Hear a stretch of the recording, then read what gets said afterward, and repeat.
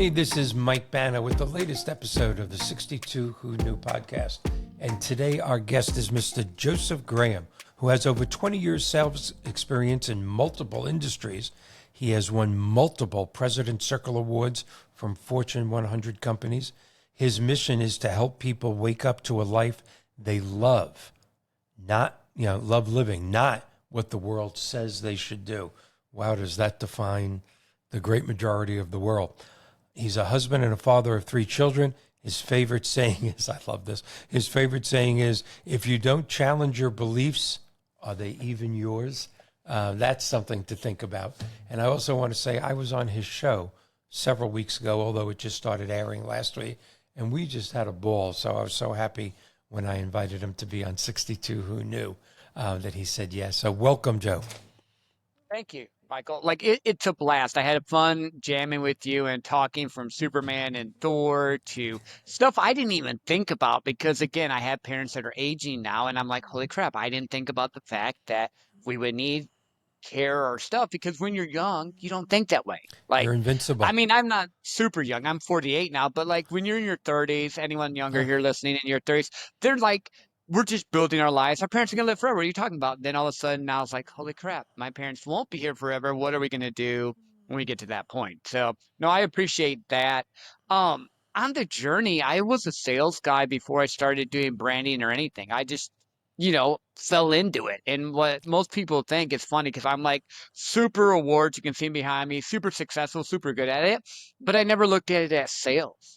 I always looked at it as just problem solving and helping. So, Michael, you have a problem here. Cool. This is a solution I can help you with. If it doesn't work, I'm going to refer you to someone else. Now, in the sales world, that normally gets you in trouble. But when you have numbers, you get away with doing stuff because you have numbers. And because I kept having repeatable numbers, they just let me get away with it. And then about 4 years ago, a buddy of mine, I went to an event. He's like, hey, you should start a podcast. People need to know what you know because you make sales so simple. And I'm like, okay, sure. So I just randomly started a podcast. And at the time I called it the 150K podcast because if you didn't live in LA, New York, or San Francisco, and you made 150K, mostly in flyover country, you're living a good life and you make over 10% of what you're like the top 10% of income earners. So I wanted to help dads take their kids to Disney, wives to Hawaii, whatever.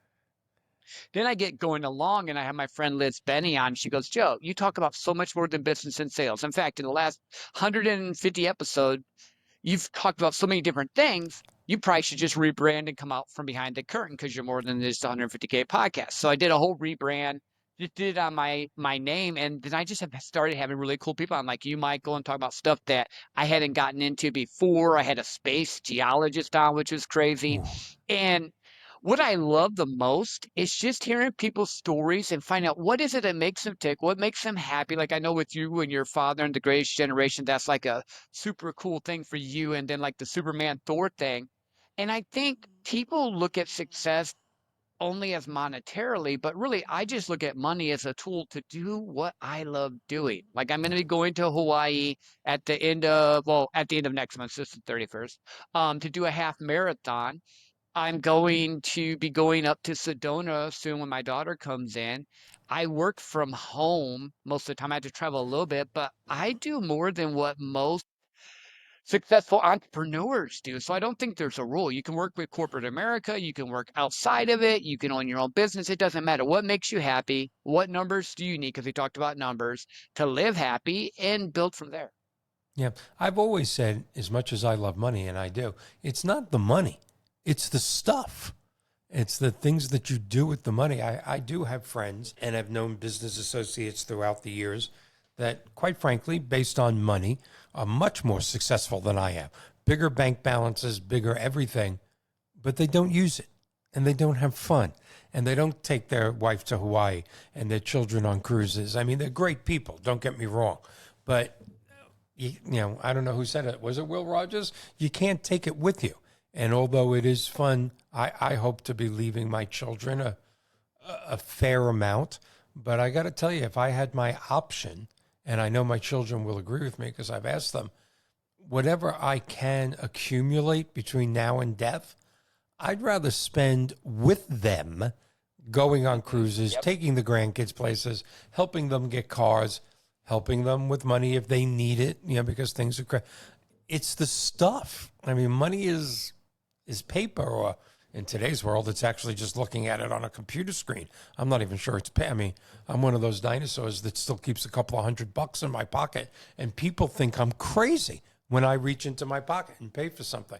I have people going, "Oh, wow." I mean, what do you? Yeah, but if you would just describe. I mean, you've had so many shows. You've had some incredible guests. Just some incredible guests. What have been some of your favorites?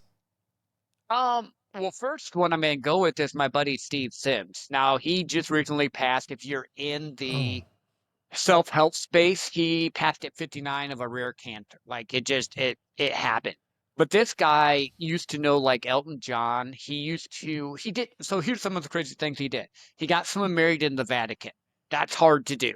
He shut down the statue of David so this guy could propose. Now this cost a lot. So he was a concierge for billionaires and millionaires. This is like super high level crazy. But he has a book called Go for Stupid. He shut down the statue of David, got a dinner, and then had who is the I can't remember the guy, the Italian singer, so I don't want to say it wrong, but super popular Italian singer came and serenaded the couple and her parents when the guy proposed. Like Tony he just Bennett, did Frank Sinatra. crazy. I don't. It's one of those Anatoly, Oh, some oh my Italian God. singer, like Yeah. top of the line opera singer. But his whole thought was, and he was a bricklayer in Britain, and he just moved to Hong Kong and just started asking the question. So he has a book called Go for Stupid and another book called Blue Fishing. If you look him up, Hope is he's stupid. phenomenal. I That's love that. probably one of my favorite episodes. Um, the space geologist, I heard her on a different show. She's like 28, is my guess. She looks like Sydney Sweeney. I'm only throwing that out because people are crying about Sydney Sweeney, and I really think they should grow up because there's been hot girl ads forever. Whatever. That's just my Yeah, personal opinion. So if I it's not agree. yours, Michael, sorry. Um, but like the girl looks like she's 28, but she has the brain of like a Bill Gates. Like it's just like you see her, she's hot, you think, okay, cool, and she's a space geologist, and I'm talking to her, and then she's just like talking in my mind. It's like, holy crap, this girl could walk circles around me. She's a CFO for a company that's going to do helium-3. I've had a bunch of sales and business people on, multimillionaires, a gentleman named Kassam Aslam that got like he's exited from 4 or 5 businesses. One was like for a $40 million exit. Like there's just been so many really cool different people on there. And I love people's stories. And like you said, because I wanna hop on what you mentioned. It's not the money, it's what we do with it, the time we spend, how we do different things. And when I was younger, I thought, oh, it'd be great if I had all this money. And I'm like, once you get to a certain level, you can do pretty much what you want. So the rest is just stacking and racking or helping others, which I love that you said. And I think it's just what is your life purpose? And that's what I've really been looking at. What do I really want to do? Who do I really want to help? I was sales coaching and it bored me. So I stopped sales coaching for the most part, with the exception of a few people, because it just wasn't fulfilling me. But now I'm helping people figure out, hey, Michael, what do you want to do with your life? What is it that makes you happy? What does success look like to you? Not to the world. I actually did a little ad, not ad, but like I had ChatGPT do like, what is my mission statement? It gave me my whole mission statement. Then it gave me this picture of me with wolves that says no rules and a bunch of other things. And I was just thinking it's kind of funny, but I've always been that oddball square peg hole thing that you can't fit me in the right box because I'm not your traditional salesman. I don't high pressure anyone. I get you to like me and fix your problem. You've spent years building equity in your home, and now it's time to let that equity work for you. The fractional sale of your home equity lets you access the cash you need without taking on additional debt. It is a game-changing tool to help fund retirement, cover healthcare costs, or simply enhance your lifestyle. No monthly payments, no interest, just financial freedom. Turn your biggest asset into your greatest retirement ally through the power of fractional home equity. To learn more about this, go to www.62whoknew.com and check on the Chiefs link. Are you turning 65? Well, if so, the most important decision in your life right now is to determine which Medicare plan you need to be on for your unique changes in life. Are you still working? You on your employer's plan? How about being a snowbird? If so, you need to speak to a Medicare consultant who can help you with your needs. I'm Diane Daniels, and I'm the CEO of Medicare Nation. go to www.62whoknew.com and click on the Medicare Nation tab. I will give you a free consultation to make sure we find the right plan for your unique needs. Getting people to like you, no matter what you do for a living, whether you're a salesman or not, that is literally 90 to 95% of the battle. I mean, how many times, even with your health, you want to like your doctor. I want my doctor to be an expert. I don't need him to be Mr. Rogers and welcome me into the neighborhood, but I want to like my doctor. I want to like the butcher at Publix. I want to like the people that I see every day. I want to like the people, that I invite on the podcast. I will tell you that, I've had a few Zoom interviews and they seemed like super, super nice people, but not quite the style that I don't want anybody coming on 62 Who Knew and selling my viewership something. I guess I do try and sell, but I try and convince, a lot of my audience that if you're in your 50s and 60s and maybe even 70s, and you haven't availed yourself to long-term care insurance, you're just crazy because you're going to have a long-term care event, and it is the number one reason that seniors go bankrupt. So am I selling? Yes, but I want to protect them and their family. And it's the same thing with annuities and life insurance and reverse mortgages and chiefs and all the things that we talk about here, Medicare supplemental policies. I mean, I run into people all the time that go, oh, yeah, when I turned 65, I got Medicare. What a great country. And it is. I mean, it's a gift. It's free. And I'm set now, and I have to go, no, and I don't want to burst their bubble because maybe we're at dinner or at a friend's house, and I want to go, no, you're not set. You're not even close to set because you have Medicare. Oh, yeah, they're going to pay all my bills now. Oh, my God. So it's hard, not to come to that line to selling when you're really, when you are motivated to help people. I mean, when the number one cause is to help, I don't know how to do it without selling a little. I don't know if you've mastered that. That's fair. Well, it is. People don't mind being sold to. They just want to make sure it's benefiting them. The problem most people end up getting, and they get that feeling from, is when it feels like I'm selling you, not helping you. I'm pushing this on you, not educating you. I'm giving you this information, but the intent behind it is for me to make money, not for me to solve your problem. When you switch that and you have the ability to say, hey, if this doesn't work, that's fine. I got someone else that might be able to help you. This is what I think can help you. Now you're working together. And like you said, they trust and believe in you. And they don't get that sales breath or that, oh my gosh, this guy's not going to leave me alone if I don't buy, or that used car salesman thing. It's not that. It's you're helping them solve a problem. And then I'm weird like this. I take myself out of it. I'm like, look, I'm going to do this to the best of my ability to help you. If I get paid, great. If I don't care because it will come back to me. And I've referred people away before. I've gotten managers like, you can't do that. This is a better solution for them. I said, watch.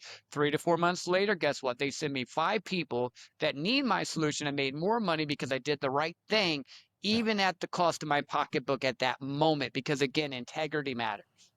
Yeah, integrity, and we discussed this on your show, and it always gets back to the greatest generation, our fathers and grandfathers. I'm not going to say we're lacking. Well, yes, I am going to say we're lacking a little in the last couple of generations on that honesty, integrity. Maybe not honesty. It's just they're pushing the line a little. Integrity, ethics, morality. I mean, I run into people that really don't even know the difference between ethics and morality. And that surprises me too. But there's this old, I don't know who created it, this old term or philosophy, whether you're selling mom a vacuum cleaner, or I'll go way back to where my young viewers are going to go, what the hell did you say? Or selling encyclopedias, or financial planning or coaching. When you leave the person's house, or in our world, when you leave the Zoom meeting, were the people you're talking to, are the people you were talking to better off than before they met you? If everybody could just have that theory. Now, I don't care if you're selling them a $200 pair of Nikes, like I said, or a vacuum cleaner, or financial planning or coaching. Are you leaving them better off than when you found them. Can you imagine if everybody would just take that attitude? It would be a different world. And I think the problem is there's too much gray. Like even in TV, television shows, whatever. And I like gray characters. I'm a writer, like I write fiction. I haven't talked to you about this, but I like historical fiction and stuff on the side for fun. And I like gray characters. But we've gone away from, and we talked about the superhero movies, true right and true wrong. It's also gray, so It people is. are like more, well, yeah, the Joker's bad and was psychotic, but he had a hard childhood. Yeah, I get that, but there's still consequences to your actions. And I think that's the thing that we need to kind of understand a little bit more. I'm not saying that you didn't have a hard life, but I'm also going to say if you go and hit someone with a bat in the head, I just randomly made that up, you should go to jail because you're assaulting someone. It Yeah. doesn't take one away from the other, but it's still there's that moral like compass, like you said. But it feels like we get so very a lot of people, not everyone, gets confused or not confused. They use it to their advantage. Maybe that's a better way to say it. Well, a very good friend of mine is not with us now, but quite intelligent, a great attorney, helped me in a lot of ways, more as a friend than an attorney. He always would say this for years, no matter what we were talking about. He would look at you and go, "Remember, words have meaning." And I will tell you that words don't have meaning anymore. A lot of words now, or they mean. I mean, in today's world, I hate to say this because I read a whole string about this, an article about this. In today's world, I've seen college students arguing that 2 + 2 isn't always 4. I mean, what? Well, when you certainly look at it a different way. No, there is no different way.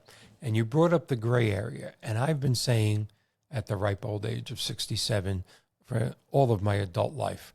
There's black, there's white, there's gray. And whether they admit it or not, the most successful people in the world, whether that be an entrepreneur or a capitalist or a politician especially, they live in the gray area. They live there. But there's a certain line you don't go past when you have morals and you have ethics and you have integrity. And I have to say, again, in the greatest country in the history of history, our country is failing there right now. They keep moving that line of what's wrong. That's that. And it's amazing that you brought up the Joker. I couldn't stand the Joker movies. And they won awards. And the guy who played the Joker in Batman, he got his award posthumously because he had such a great. He was on drugs. I mean, he admitted that. He was so wasted 7 days a week. And we reward that with national awards. Wasn't he incredible? He got in character. No, it wasn't. He was a freaking drug addict. And yes, it did make the movie better. And I was happy when Batman banged him around the walls.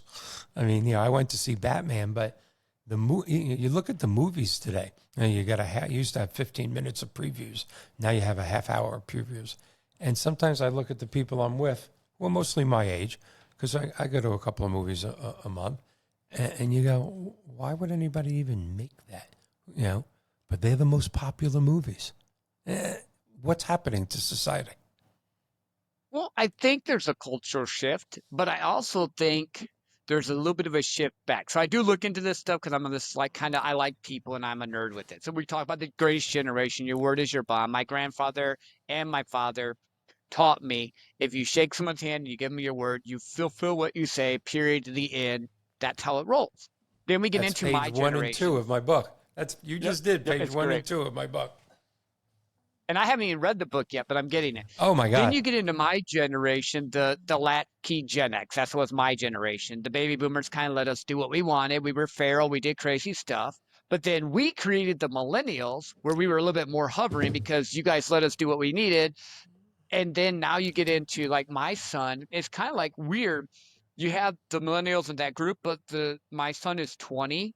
And now a lot of guys his age are like getting back into church, doing the whole moral thing, doing the whole my word is my bond. He's going to be he actually is working on his becoming an electrician. He already has his life planned out. It's like almost like we're shifting back I again. hope And so. there's a quote I wanted to mention, like weak time make weak men.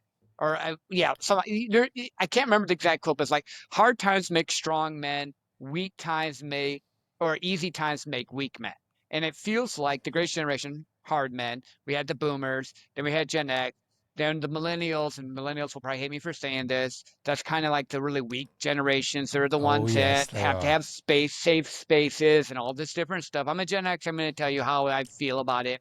I love you. I still have a lot of good, cool friends like that, but we didn't get safe spaces. Our safe spaces was go outside, we're locking the door, drink out of the hose. You're fine. If you don't have a broken bone, don't bug me. Walk it off. Walk it. Mom, I Yeah, walk died. it, rub Walk it some off. mud on it. You're good. You're Yeah. good. But now it's just like that shift is starting to come back because of all the craziness. And also now people are like coming back to almost like the greatest generation's thought processes of your word is your bond, doing the right thing, getting back to family and all instead of this crazy tripping out. Which it's always going to go back and forth. But I'm hoping seeing in the younger generations a shifting turn right now. Well, I love what you said. Easy times make weak men. There was another thing that I read that I just love, and it's so deep. And again, I have friends like this, and I hope I'm saying it right, but my grandfather walked to work. My father drove a Cadillac. I drive a Ferrari. My son is going to walk to work.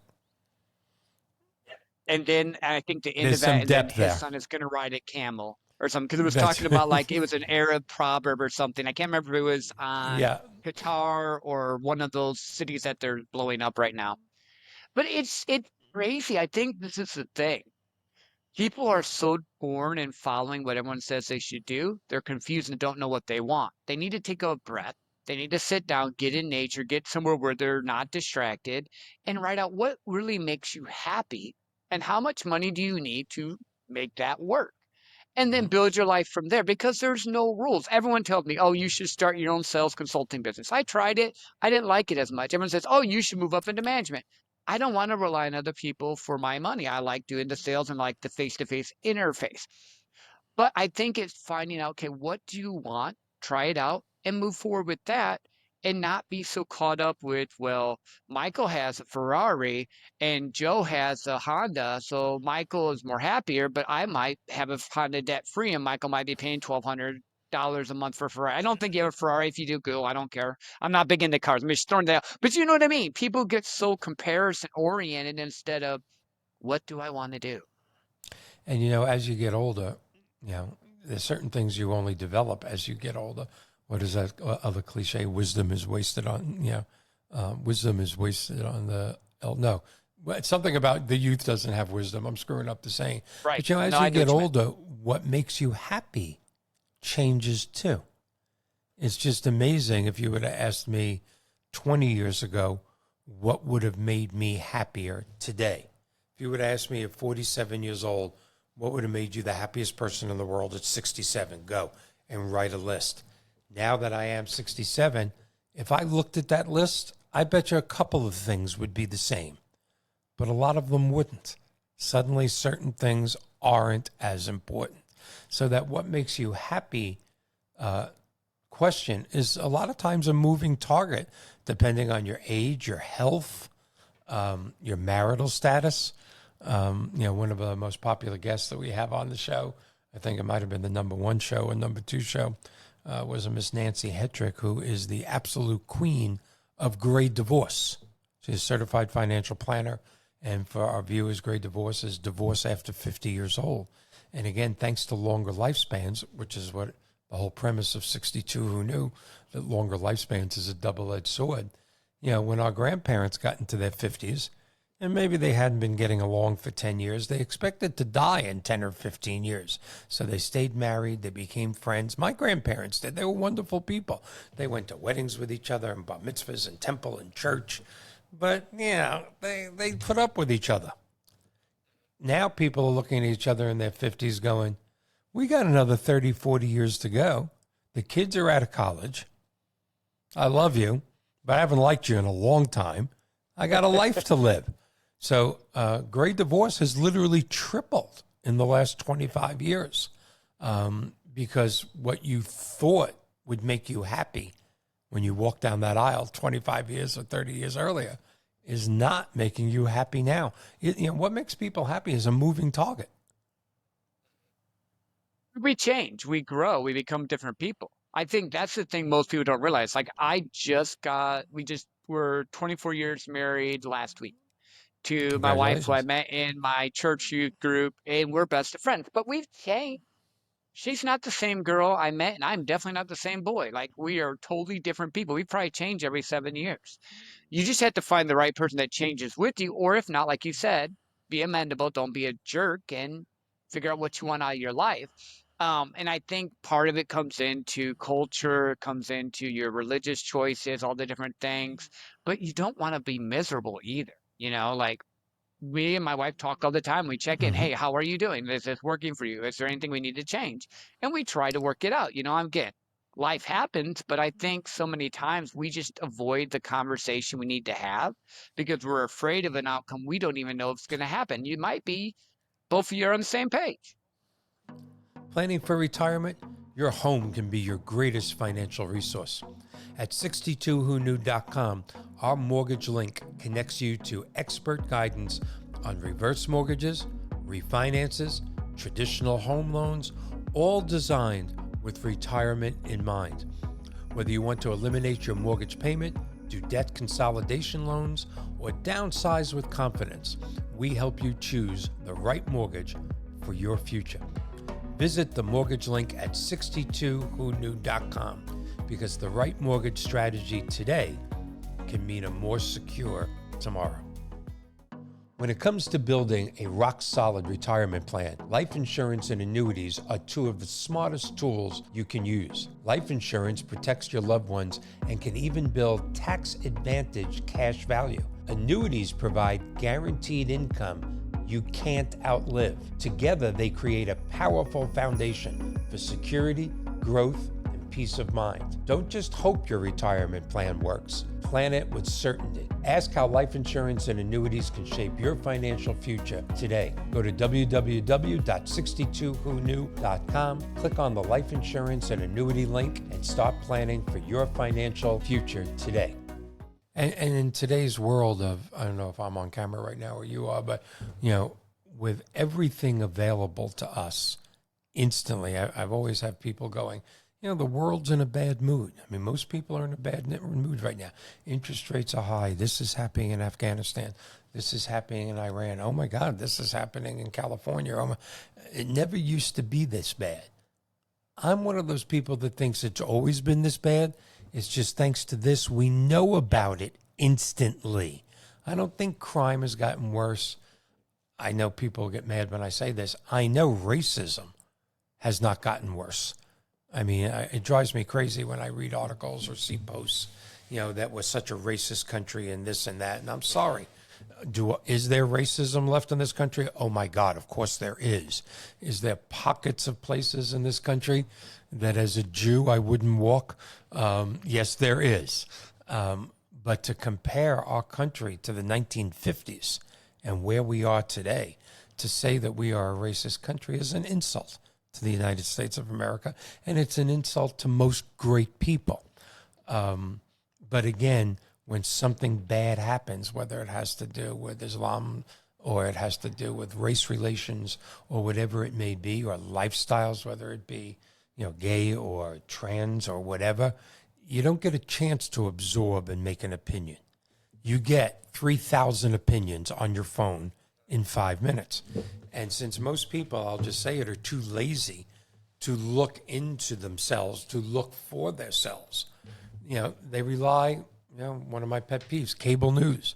I don't care if you watch Fox, CNN, MSNBC, and you believe what they're telling you, shame on you. Cable news to me today, and a lot of mainstream news, is WWE. It's wrestling.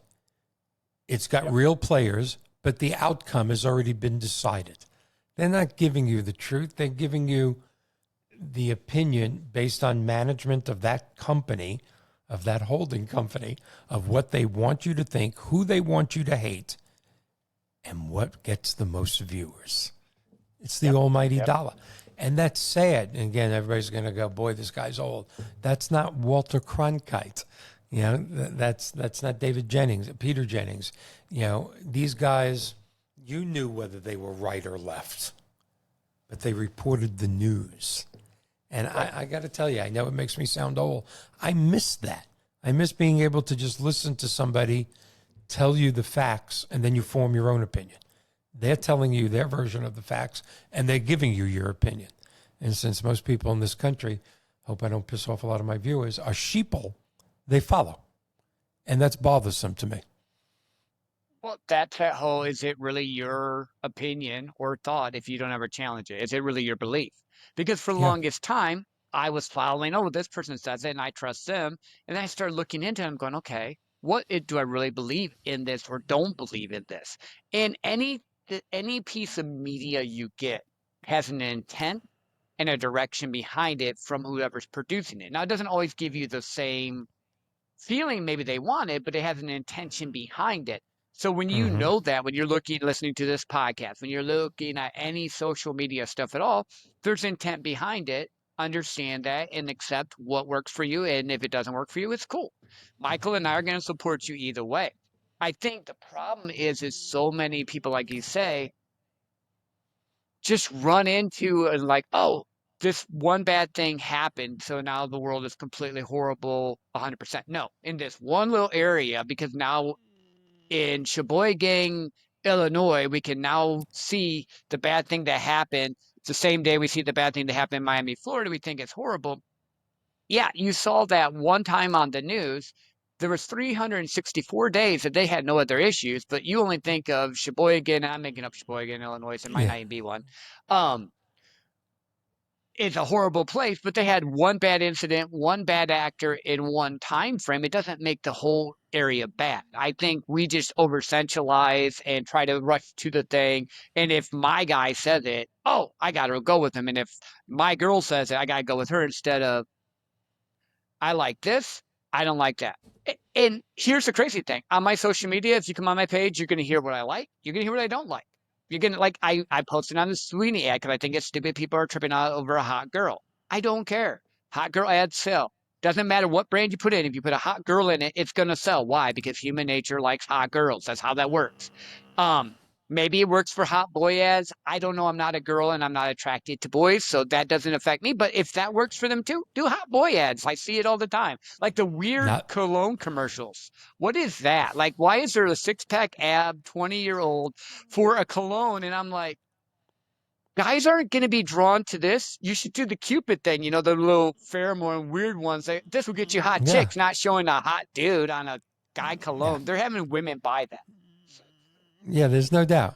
Well, you talked about, just human nature, and I learned about this, oh my God, it had to be 15, 20 years, but there's a theory or a principle called Schadenfreude, and it's real, and it is the chemical makeup in our brain that takes pleasure in other people's displeasure. Schadenfreude. The example is you're walking by they used to say a magazine stand, but I don't know if there's any of those other than big cities anymore. And you see two beautiful magazines. Those are the two you zoom in on. One has a child that, broke every record and just, did something genius, or maybe he's a savant. And, it's just an incredible story. And the other one is, a burning building, and there's 37 people trapped and 18 people died. 9 out of 10 humans is going to buy the magazine with the fire where people died. Yep. That's Schadenfreude, and that's in our brain. How the hell did that happen? Where is the where's the cosmic sense of humor in that we actually would rather see something bad or hear something bad than something good? And that's a reality. Well, That's chemical. I think it might be in our makeup for thousands of years, whatever your religious background is or whatever. If there was a time when we were running on the savannah or in the forest or stuff, and there was always a threat, that part of the brain is going to get developed faster than your happy brain. In sales, it's the same thing. If we go back to there, 95% of people buy because of pain, 5% of people buy because of pleasure. It's That's the right. same thing. It's just how we're chemically wired.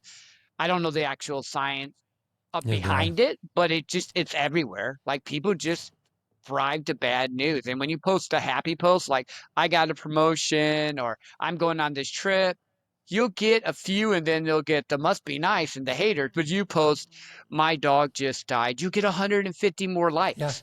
Oh, I'm so sorry for you. And then they're like in the background going, I'm happy my dog's still alive. I'm like, that's right. Could have come been on, worse. Could have people. been my dog. Yeah. We have grown, or maybe we have always been, and again because of social media and immediate satisfaction, which is another thing I blame on the millennials. The immediate satisfaction thing, they have to have their problem solved instantly, and they have to be made to feel good instantly. But we've grown into a society, that everybody has to be happy all the time. And as strange as this may sound, you don't have to be happy all the time. I wish you were, but it is the bad times that mold you. It is the bad times, that gives you your problem solving problems. Quite frankly, it's, if you talk to recovering alcoholics or drug addicts, they were medicating themselves because they couldn't handle bad times. Bad times is what makes you. I remember sitting, it was one of the deepest things I've ever heard, and I don't know who said it, but I was sitting at a blackjack table in Vegas years ago, and I like to play blackjack, and I was at a fairly nice sized table, and I was down X. Let's leave that X alone, but it was a number, and I'm a good loser. I mean, that's just life. I love playing blackjack, and I'm a numbers person, so I'm good at it. And I was just sitting there kind of like this, and even when I had an 11 and the dealer was showing a 6, and for those of you out there that are blackjack dealers, that's the best, and blackjack players, that's the best scenario possible. The odds are with you winning.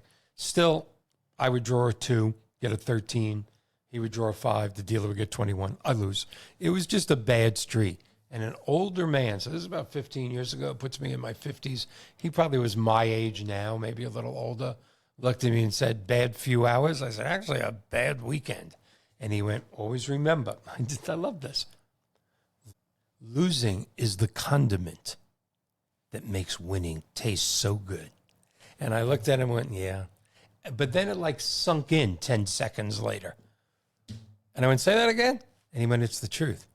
Losing is the condiment that makes winning taste so good. And I thought about it and I went, oh my God, that is so true. I mean, would I like to win every time I sit down at a blackjack table? I certainly would have a bigger bank account. Would it be fun? But would there be a thrill? The thrill is winning. And you don't know the thrill of winning unless you lose. So it's we're back to yin and yang and all the other deep things in the universe. Without dark, there can't be light. Without sadness, there can't be happiness. But tell us what you want from the future for you going forward. You're not in your 20s, but you're not a dinosaur like me either. So what do you want from the Joseph Graham Show? What do you want for Joseph Graham and your 3 children and your wife going forward? Yeah. I'm reinventing myself again. I do this every few years. I know I do. It's like one of those weird things. Like I went from being in a factory, thinking I'm going into management, to getting let go, to getting into sales, to getting into business, to getting into podcasts. And I think what I want for me right now is just to be happy in the moment because I have enough money. I can go do what I want. I can go do fun things when I want. But I think I get so caught up in the go, go, go, do, attack, attack, attack, because that's my makeup. I'm really good at sales. I'm very competitive. That's like my world. So I literally have had to slow down to speed up. So that's the first step. The second, I'm doing real estate investments. That's my next step. I want to just get some passive income coming that way. I told you I was doing a half marathon. So I do it like this: spirit, soul, body. I try to have either meditation, walk. I feed my mind with different stuff. Yesterday, I was listening to, I don't know if you've heard of Julian Dorn. He has a podcast on a bunch of different stuff, but this was on the Amazon and some ancient structures from, I don't know, like 1,200 years ago that they found or something crazy. Just interesting things, just stuff to feed my mind because I want to hit spirit, soul, and body every day. And then just spend time with people that I love and want to do. Like, I have more fun now. Michael, you're gonna laugh. I used to love going out and doing stuff. I would rather sit on the couch with my wife. We're big baseball fans. We watch the Rangers because we're Texas Rangers fans and just talk and have time together. And we enjoy it. And we have pugs. I told you that too. So we have like a bunch Yes. of dogs. So they're up in our laps and we're cuddling, doing stuff. To me, that's more fun most of the time than going out to, like, I took my wife out to a fancy restaurant because of our anniversary. You know, you do the nice things. But I think I Right. have more fun just chilling now, honestly. Me too. Me too. The it's you know, you're funny you talk about the dogs. I don't trust people that don't love dogs. There's, you know, dogs can tell the good people. There's two creatures that can tell good people: babies and dogs. If you walk in, you know, if my dog, all through my life, all my dogs looks at somebody for no reason whatsoever, and the hair comes up and the tail goes straight, there's something wrong with that person. I hate to say it because it's like that Tom Cruise movie where you're being found guilty before you do the crime. What was the name of that movie? But and it's the same thing with a baby, a nice calm baby, and somebody holds the baby and the baby suddenly starts to cry. There's some evil vibes going on with that person. I know that sounds crazy, but babies and dogs are the best people monitors, you know, that I've ever seen. Tell me a little bit about the three children. You know, you mentioned your son who's going to be an electrician, who's 20. Yep, he's 20. Then I had the 22-year-old who is a theater arts major. She's done some really cool shows in her college. She's starting to maneuver into possibly doing like, she loves the stage. I'm not talking about like acting like in a movie or a show. She likes actual theater. That's just her vibe. Very cool. So she's doing that. And then my 10-year-old is all into space. So that, remember I mentioned the space geologist? In engineering and space stuff, that's mostly a male dominated thing. My youngest is really into it. So now the space geologist and her talk a little bit because she's like That's encouraging her to get great. into it because she's trying to decide if she wants to. And she's 11, sorry. So she's either gonna be an astronaut or an engineer. That's so she's kind of doing, you know, figuring it out what she wants to do. She's got like a Crunchbox thing from Mark Rover, who's like this thing that these kids like if you watch YouTube, where she puts Yeah, stuff together. It's just fun to see the differences and then go through the different stages of life with them, from heartbreak it and breaking is. up with a boyfriend or girlfriend, or starting their own business, or whatever they're trying to do, and just encouraging them and shifting from parenting. Like with the younger one, I'm still parenting, but with the older two, it's more like I'm advising because he's 20 and she's 22. So it's not like I'm telling them, hey, you have to do this. Is the young 11-year-old, tell me please, she's a young trekker. She watches Star Trek. Not really into, no. She's into Star Wars. That's okay. Star Wars is great. Star Star Wars. Wars is great. She, For we 11-year-olds, haven't stars are really, great. yeah, yeah. Star Wars works good for her. She watches a bunch of different cartoons and shows, but yeah, Star Wars Star Wars is cool. and May the Lord of the force be Rings. with her. And who else? Yeah, yeah. Lord of the Rings. I'm a big Uh, Tolkien fan, so Return of the King, Fellowship of the Ring, all that type of stuff. She's seen all of them. Hobbit, all of it. Fantastic. You know, they have so much available to them right now. You know, that's one of the, I always say the disadvantage of this, but one of the advantages of what they have is, you know, God, when I was a kid, we had 3 channels and well, ABC, CBS, NBC, and sometimes an independent channel, Channel 4 in New York. And that's if I stood by the TV next to the rabbit ears antenna And with held the on. tinfoil and held it. My father would go, you got it. Yes. Don't move. We got it. Don't Thank you. I move. can't see the screen, Dad. Yeah, don't move. And that is one of the wonderful things that the children of today have, you know, the knowledge of the universe at their fingertips, which is a wonderful thing. Well, I had a ball being on your show. I hope you enjoyed doing this. I hope you'll come back again. I know it's just a ball to have you. Talking to people like you is what makes my day. I appreciate it, Michael. I love being on your show, and we'll have you back on mine as well. All righty, cool. Thank you so much. Have a great week and all my best to your family. Thank you. You as well. All right.